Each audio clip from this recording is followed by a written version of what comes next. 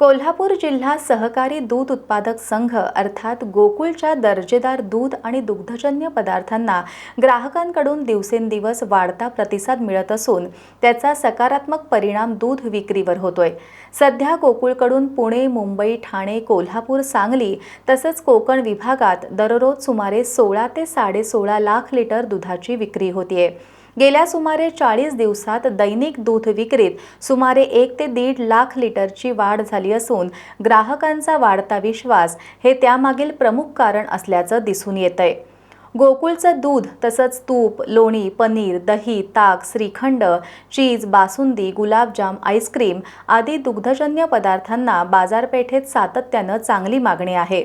गोकुळच्या दूध आणि दुग्धजन्य पदार्थांची मागणी सातत्यानं वाढत असून भविष्यातही गुणवत्तेत कोणतीही तडजोड न करता ग्राहकांना सर्वोत्तम उत्पादनं देण्यासाठी आम्ही कटिबद्ध असल्याचं गोकुळचे मार्केटिंग विभागाचे व्यवस्थापक हणमंत पाटील यांनी सांगितलं। दूध उत्पादकांचा विश्वास, कर्मचारी, वितरक, केंद्रचालक, वाहतूकदार आणि हितचिंतक यांचं मोलाचं सहकार्य आणि ग्राहकांची पसंती यामुळे गोकुळच्या विक्रीत सातत्यानं वाढ होत असल्याचं त्यांनी सांगितलं।